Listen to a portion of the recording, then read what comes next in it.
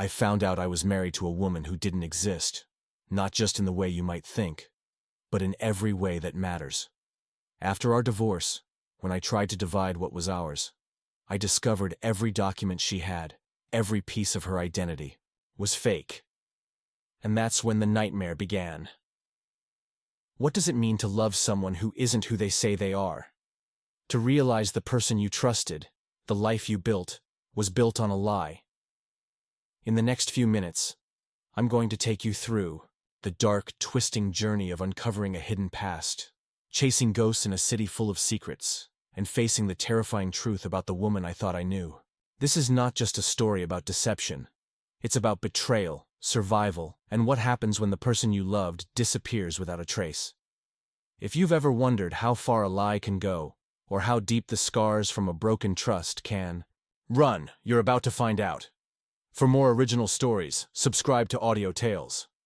Now, let's begin this one. I don't know exactly when the first crack appeared. Maybe it was the moment I found the empty envelope in the mailbox that day, addressed to a name I didn't recognize. Or maybe it was long before that. Quiet, invisible, like the hairline fracture on a windshield that only spreads when the cold sets in. But the truth is, by the time I realized something was wrong, it was already too late. We had been married for almost 6 years. 6 years. That's what makes this so hard to talk about. So hard to even believe. How do you admit to yourself, much less to anyone else, that you spent that much time sleeping beside someone who wasn't real?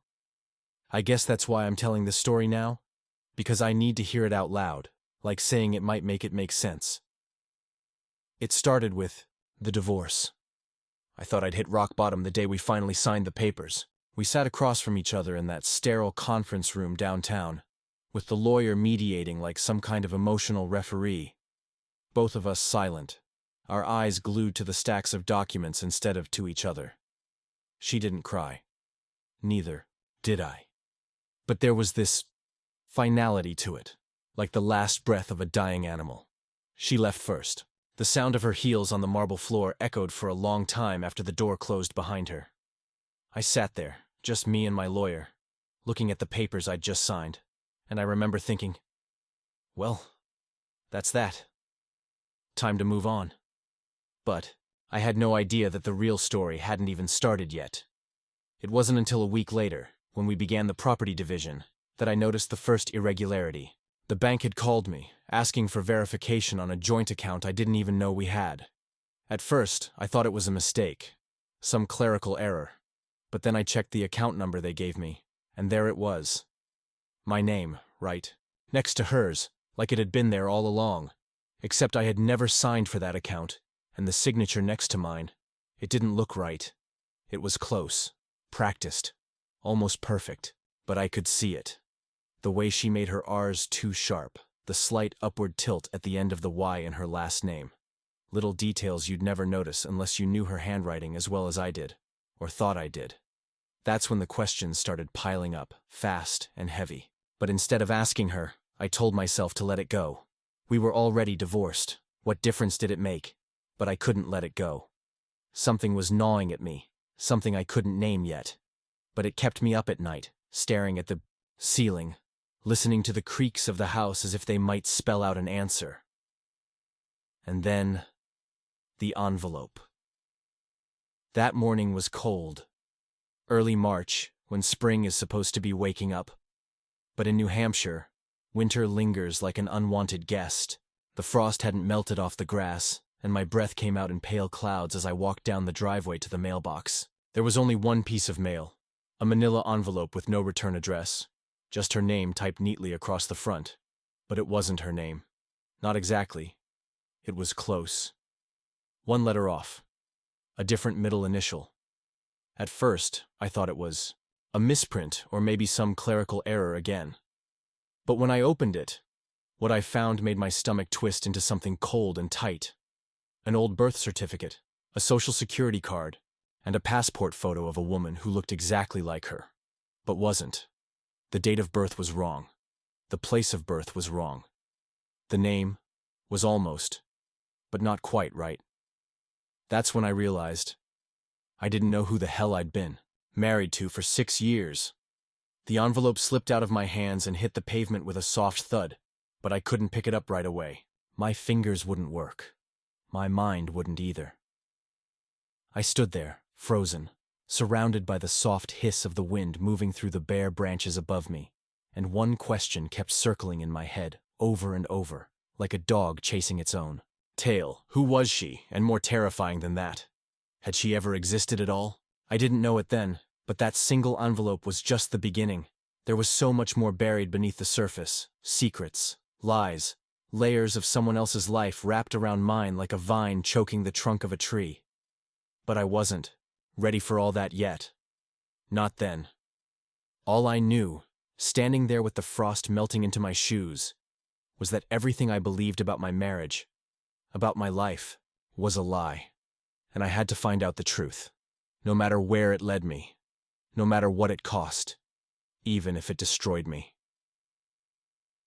For the next few days, I moved through my life like a ghost. I still went to work, still answered emails, still showed up to meetings, with my usual nods and half smiles, but inside, everything felt hollow. Like I was watching myself from somewhere far away, through a thick pane of glass. People talked to me, but their words didn't land. I could hear them, but I couldn't feel them. All I could think about was that envelope. Her name, or whatever name it was. I kept going back to it, pulling the documents out, laying them on my kitchen table at night like I was piecing together some impossible puzzle. I traced my finger along the date of birth, the place of issue, the blurred edges of the passport photo, trying to reconcile what I was seeing with the woman I had known, or thought I had known. Her voice still lived, in my head, her laugh, the way she'd tuck her hair behind her ear when she was nervous, or how she always put her left shoe on before her right. All those tiny, intimate things you collect over years of being with someone, without even realizing it. And yet, here I was, staring at proof that none of it might have been real. It didn't make sense. It couldn't make sense.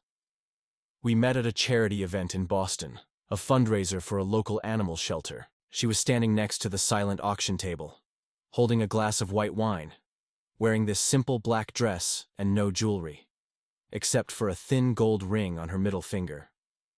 I remember that detail because I asked her about it, and she told me it had belonged to her grandmother. Now I wondered, had that even been true? I kept cycling through all the moments we'd shared. Our wedding on the Maine coast, quiet weekends in Vermont, road trips through upstate New York, and yet, with each memory, a new crack appeared. Like I was watching a mirror fracture, slowly but relentlessly. The worst part was, I didn't know where the truth ended and the lies began. One night, about a week after finding the envelope, I finally worked up the nerve to call her. I don't know what I was hoping for. Maybe some kind of simple explanation that would make it all go away, tie it up neatly so I could stop feeling like I was losing my mind. But she didn't pick up. Not the first time, not the second. By the third call, I didn't even leave a message. I just sat there on the edge of my bed, phone in hand, staring at the screen as it went dark. My own reflection looking back at me in the black glass, someone I barely recognized anymore. The next morning, I tried to access our joint tax records, thinking maybe I could make sense of the bank account I hadn't known about. But when I logged into the IRS portal, the system flagged an error, unable to verify identity. That didn't make sense. I'd filed jointly with her for years, so I tried again. Same result. Then I noticed something that made my heart stop. The last 2 years of tax filings weren't there. Only the first 4 years of our marriage. After that, nothing. I checked the browser history on my old laptop, the one we used to share when we first got married. Maybe there'd be some clue, some record of what had happened. But the history had been wiped clean. No cached passwords, no autofill entries, no saved documents, like someone had scrubbed it, thoroughly. That night, I barely slept. My mind kept running through all the possibilities, none of them good. Identity theft, a double life, witness protection, something worse. By dawn, one thing was clear. I couldn't ignore this anymore. I had to know who she really was, what she was hiding, why she had left those documents where I could find them, or if she had even intended for me to find them at all. Maybe it was a mistake, or maybe it was a message. Either way, I wasn't going to get any answers sitting in that house, surrounded by ghosts of a marriage that, suddenly, felt more like a con than a commitment. So I made a decision. I'd start with the simplest step. I'd track down the address listed on that birth certificate, see if it led me to her, or to someone else entirely. As I packed a bag and folded the documents carefully inside, I kept hearing one question, again and again, echoing through my mind like a warning I couldn't quite shake. What if the woman I loved never existed at all? The drive to Vermont was long and silent. I didn't turn on the radio, didn't make any calls. Just let the miles spool out beneath me, the tires humming against the cold asphalt as the trees blurred past on either side. Late March in New England is a strange thing. The snow has mostly melted, but the world hasn't quite woken up yet. Bare branches, gray skies, patches of dirty ice clinging stubbornly to the edges of fields. It felt like the perfect backdrop for what I was about to do. The address on the birth certificate was in a small town I'd never heard of. One of those places that barely shows up on the map, with a population smaller than the number of people on my office floor. I kept telling myself that it would probably be nothing, a clerical error, a coincidence. But I didn't believe that. Not really. Every mile I drove tightened the knot in my chest, winding it smaller and harder until it felt like it was pressing against my ribs. I kept seeing her face, not the woman from the passport photo, but her. My wife. The one I'd held through sleepless nights. The one I'd danced with in the kitchen to old jazz records on rainy Sundays. The one whose scent still lingered faintly on the clothes she hadn't bothered to take when she moved out. But now, those memories felt counterfeit, fabricated. Like maybe I'd been dancing alone all along, too stupid to notice. By the time I crossed into Vermont, the sun was already dipping behind the hills, smearing the sky with those bruised colors you only get in late winter, deep purple, fading to dull gold. I pulled off the interstate and followed the directions through winding back roads, the kind where cell service cuts out and the silence is thick enough to feel. And then, finally, I was there. The address led me to an old farmhouse set back from the road behind a sagging wooden fence and a stand of skeletal birch trees. The paint was peeling, the windows clouded with grime. There was an old pickup truck parked out front, its bed filled with rotting firewood and rusted tools. I killed the engine and just sat there for a while, staring at the house. What the hell was I doing? I didn't even know what I was going to say. Hi. I think my ex-wife might be a figment of my imagination. Or a criminal. Mind helping me out? But I couldn't leave. Not now. Not after coming this far. So I grabbed the documents from the passenger seat, shoved them into my jacket, and stepped out into the cold. The air smelled like damp earth and wood smoke. Every step I took up the creaking porch felt heavier than the last. I knocked. No answer. I knocked again. Louder this time, my fist echoing through the empty fields around me. Still nothing.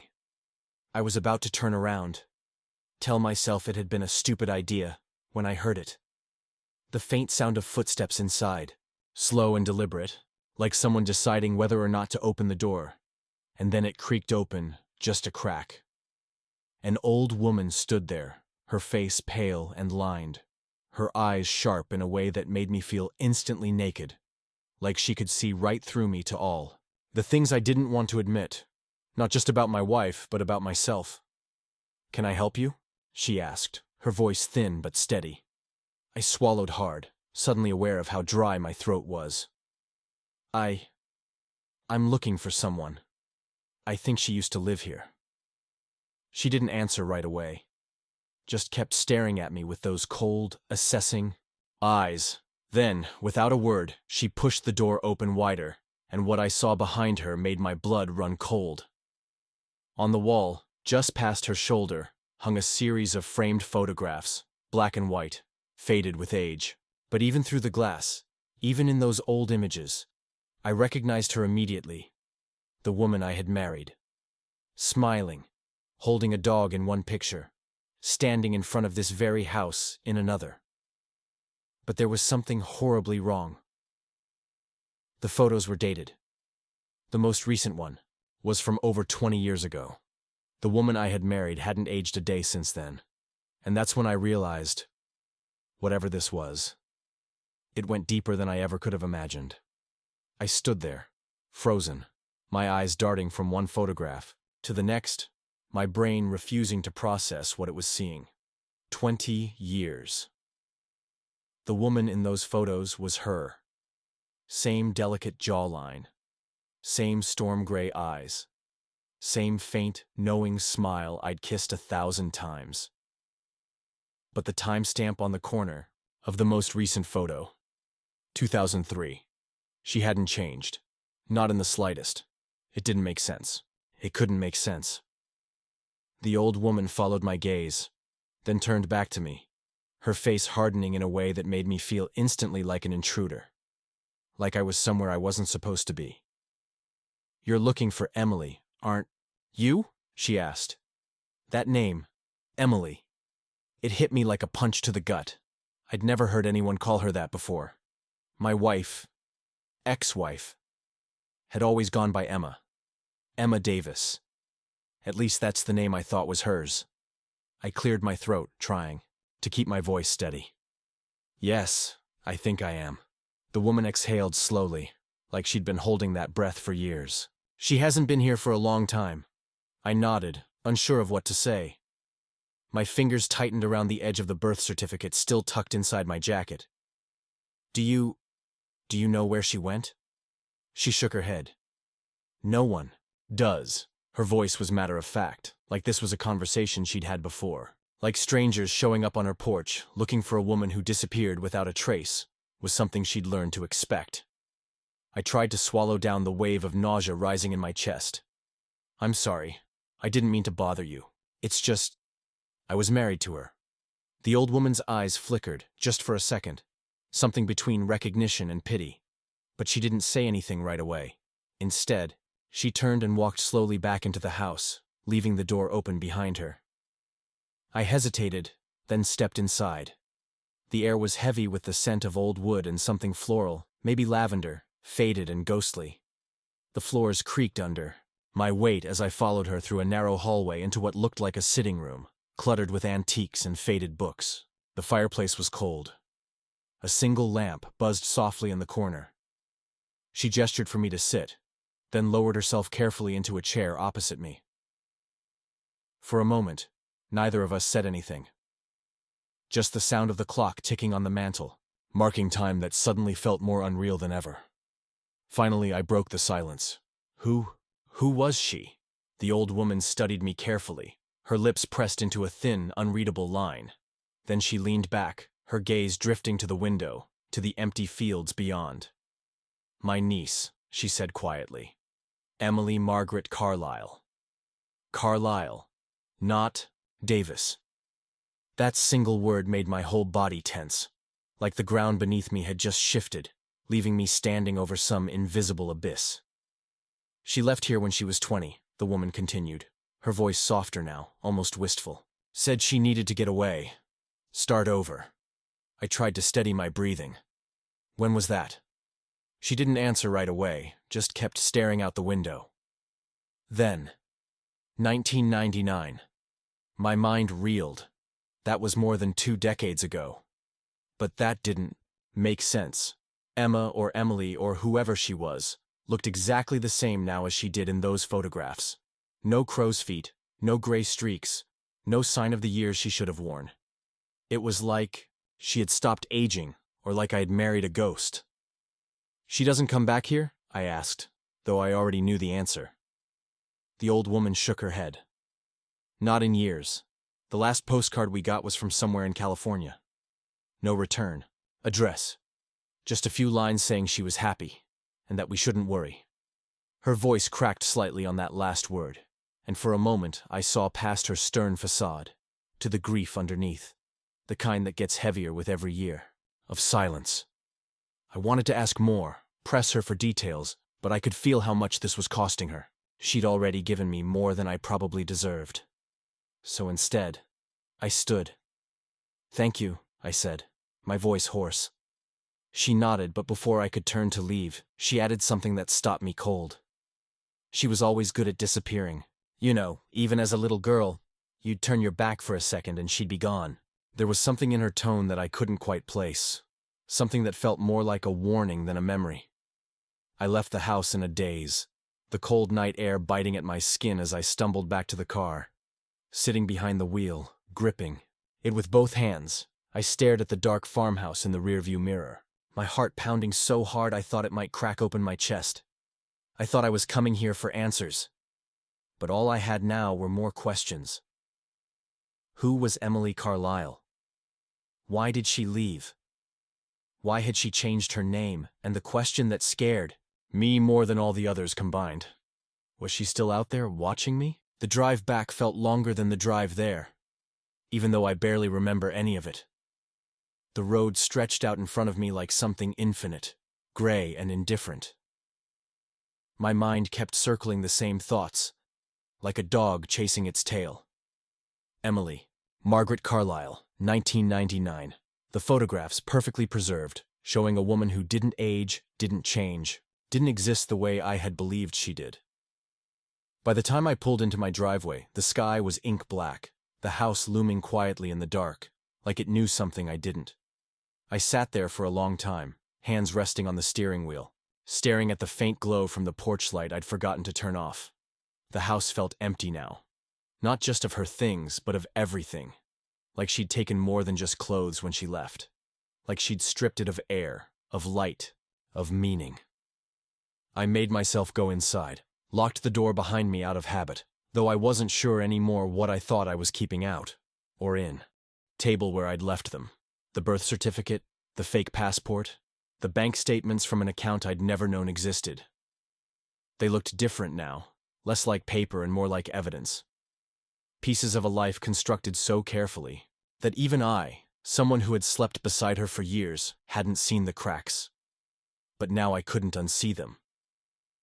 I sat down heavily, running my hands through my hair, staring at the chaos in front of me. My chest ached. Not in the sharp way it had when she first left, but in something slower, deeper. A dull, relentless pressure, like my ribs were being slowly bent inward.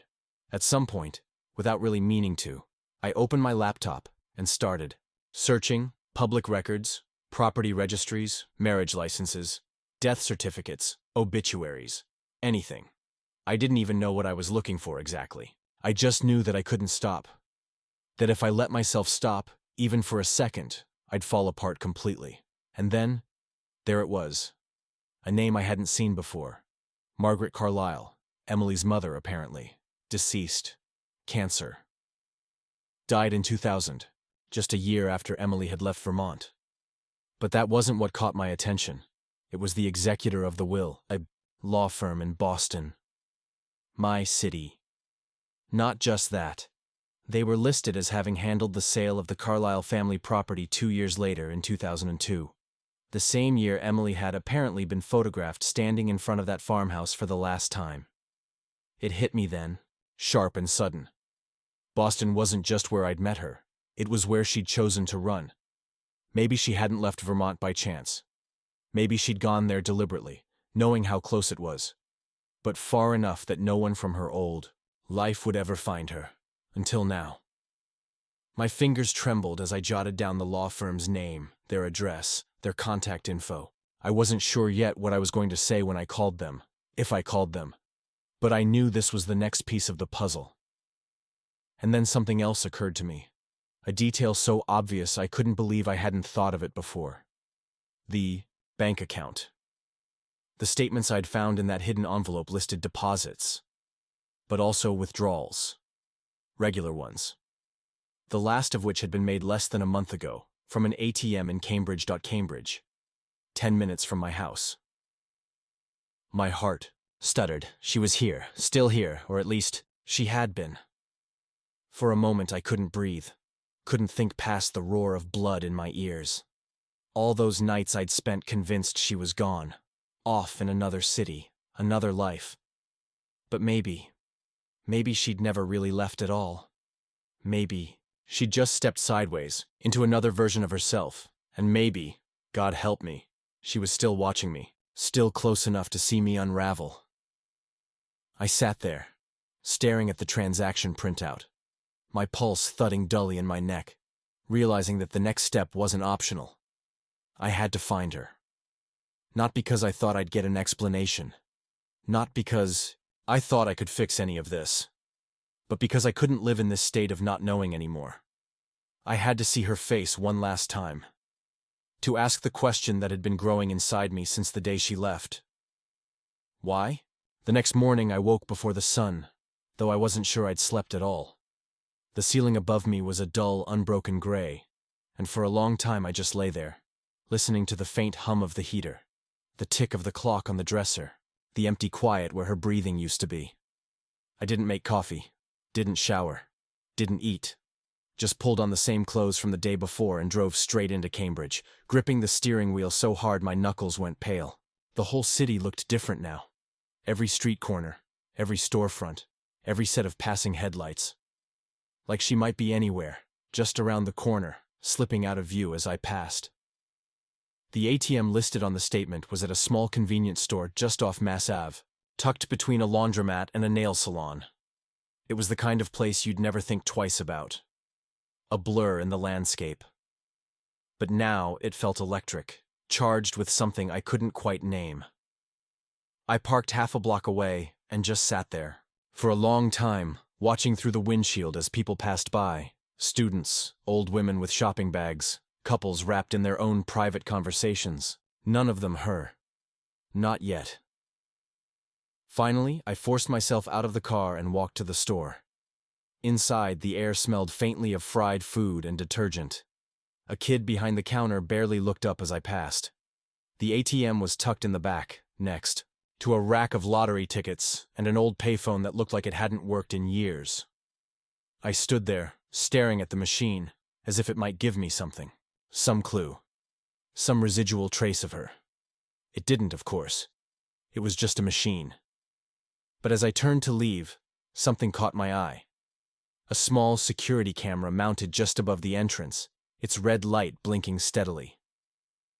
For the first time, in days, I felt something close to hope. I walked to the counter, my throat dry.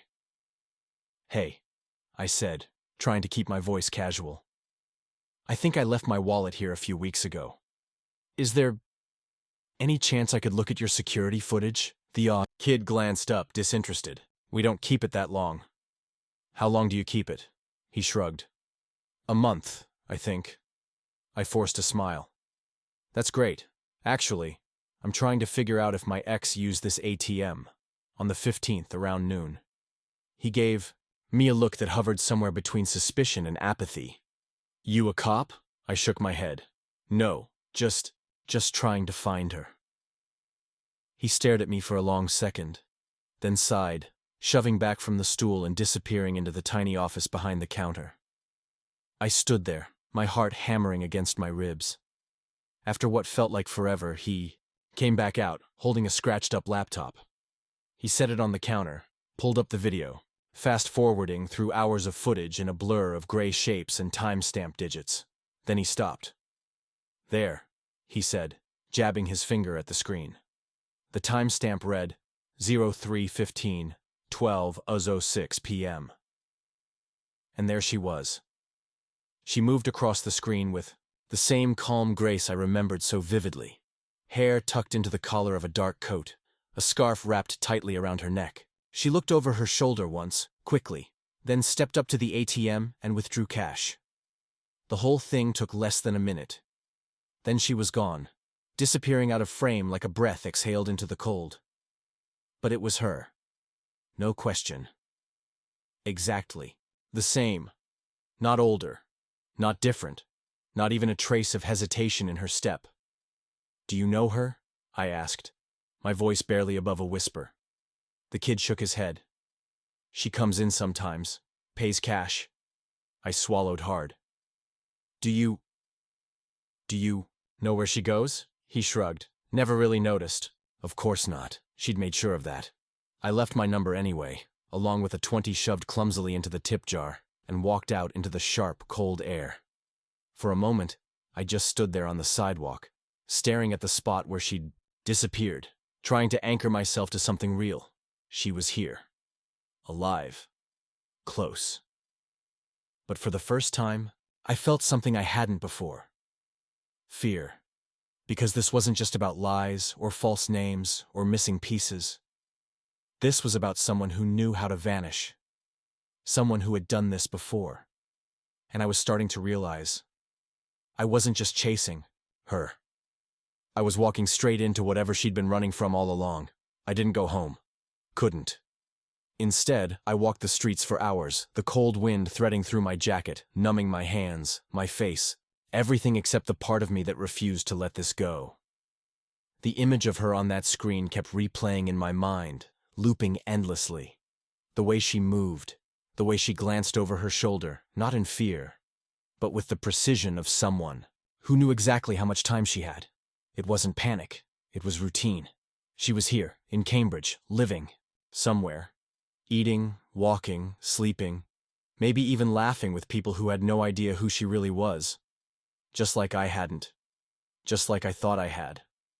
I sat on a bench outside the coffee shop where we used to go on Sundays. Our spot. Back when things still made sense, when I thought I knew what love was, what trust was. Before I realized I'd been married to a woman who wasn't even real. I watched people walk by. Couples holding hands, kids dragging backpacks, a man walking a dog, that stopped to sniff every tree, all of them living in a world that hadn't cracked open beneath their feet. And for the first time in weeks, I asked myself something I hadn't dared ask before. What if she doesn't want to be found? Not because she's hiding from me, but because she's hiding from something else. Someone else. What if finding her doesn't bring answers, but danger? I closed my eyes, leaned back against the bench, listening to the distant sound of a bus pulling away from the curb, the low murmur of conversations I wasn't part of. But I knew I wouldn't stop. Couldn't. That was the thing about betrayal. You either let it bury you, or you burn your life down trying to understand it. I'd already made my choice. By the time I stood up, the sky was beginning to darken, the streetlights flickering on one by one like a slow, deliberate confession. I walked to my car, pulled out the piece of paper where I'd scrawled the law firm's address, and drove across the river into downtown Boston. The office was in a building of dark brick and old stone, tucked between a bank and a bookstore. It was nearly closing time, but the lights inside were still on. Through the glass door, I could see a receptionist shuffling papers, her expression blank with end-of-day fatigue. I took a breath, pushed open the door, and stepped inside. The receptionist glanced up, giving me that automatic professional smile. "Can I help you?"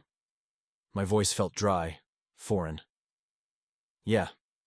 I was wondering if I could speak to someone about a former client, the Carlisle estate, her computer. Do you have an appointment?" "No. But it's important. Please." There was something in my voice, some rawness I couldn't quite disguise, that made her pause. She tapped a few keys, then looked back at me. One moment, she picked up the phone, murmured something, then nodded toward the elevator at the end of the hall. "Third floor. Ask for Mr. Nolan." I muttered a thank you and made my way to the elevator, my reflection fractured in the polished, chrome doors. The ride up was slow, silent, except for the soft hum of the cables pulling me higher. When the doors slid open, I stepped into a quiet hallway lined with closed office doors. A woman passed by, carrying a stack of files. Offering a polite nod, I barely registered. At the far end, a door stood open. Nolan, etched in brass. I knocked once, then stepped inside. A man in his 60s looked up from behind a large oak desk. Glasses perched low on his nose, his face drawn and pale in the fluorescent light. "Mr. Nolan?" I asked. He nodded. "That's me. How can I help you?" I closed the door behind me, sat in the chair across from him, and for a second, I just looked at him, trying to figure out how to even begin. Finally, I pulled the birth certificate from my jacket, the one with her real name, and slid it across the desk toward him. "I'm looking for her," I said quietly. "Emily Margaret Carlyle." His eyes flicked to the document, then back to me. I saw something change in his expression, something subtle, almost imperceptible, a flicker of recognition, but also hesitation. He adjusted his glasses, leaned back in his chair, and steepled his fingers. "You're not the first person to come looking for her." The words hit me with a force I wasn't prepared for. "Not the first?" Before I could ask anything else, he continued, his voice low, deliberate. "But you might be the last." And in that moment, I realized, whatever I thought I knew about her, about this, I was still so far from the truth. His words hung in the air like smoke, thick, choking, impossible to ignore.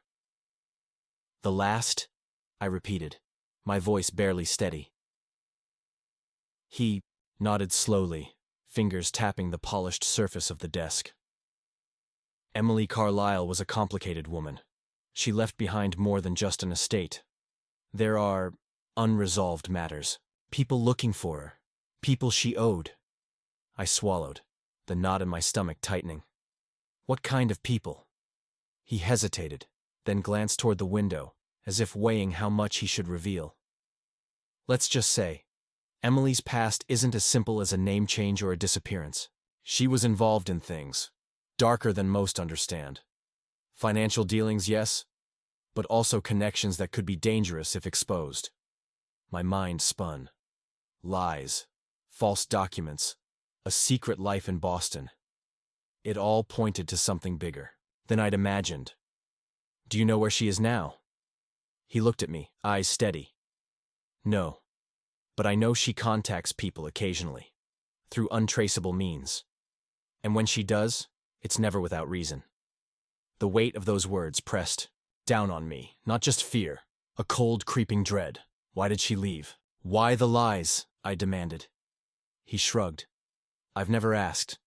Sometimes people create new identities to protect themselves, or others, sometimes to escape. But I felt it was more than escape. I felt it was a trap. And you? Why tell me this?" I asked. He sighed. "Because, son, if you're looking for her, you're stepping into a world you don't understand, and there may not be a way back." I stood, heart pounding, the room suddenly too small, the air thick with unsaid threats. As I left his office, the hallway seemed darker, colder. I realized then, this woman I'd loved, married, thought I knew. She had entire worlds hidden behind her eyes, and I was only beginning to glimpse the edges. Outside, the city buzzed obliviously around me, but inside, everything had changed. I was chasing a ghost, but the ghost was hunting me too. I couldn't shake the feeling that something was watching me as I walked back to my car. Every shadow seemed deeper, every passerby a potential threat. I kept looking over my shoulder, heart thudding like a trapped bird. The world felt smaller, claustrophobic. I thought about calling Emily, just to hear her voice, to confront her directly. But what would I say? Why did you lie to me? Who are you really? The truth was, I wasn't sure I wanted answers anymore. Or maybe I was terrified of them. That night, back in the quiet of my apartment, I sat alone with the pieces of her life strewn across the table. Photographs, documents, old emails she'd left on her computer. Each one a puzzle piece that didn't fit. I opened her laptop again, scrolling through emails, trying to find something, anything, that would make sense. Then, there it was. An email, dated years ago, from a man named Michael. The subject line was brief. "The past is catching up." The message was vague, but the tone was urgent. "You can't run forever. We know where you are. Be careful." "They're closer than you think." I froze. Who was they? Who had been chasing her, and why? The room felt colder. I realized then, Emily hadn't disappeared out of fear of me. She'd been running from something far worse, something I'd never imagined. I sat back, the weight of all this settling deep in my chest. The woman I'd loved wasn't just a stranger, she was a survivor, and now, so was I. But survival came at a cost. I had no idea what that cost would be, or if I was willing to pay it. The question now wasn't who she was, it was how far I was willing to go to find out. The next morning, sunlight sliced through the blinds in sharp, uneven stripes. I lay on the couch, the email still open on my laptop, its message echoing in my mind like a warning. I was tangled in a web far bigger than I'd ever imagined.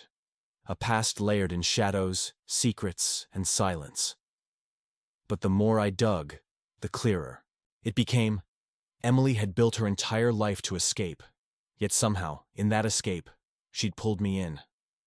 I knew what I had to do. Not just find her, but understand her. Understand why she'd vanished, lied, and hidden behind a mask. I packed a small bag. Essentials, nothing more. I left a note on the kitchen table, simple and honest. I need to find the truth. As I locked the door behind me, a strange calm settled over me. The weight in my chest hadn't disappeared, but now it was different. It was purpose.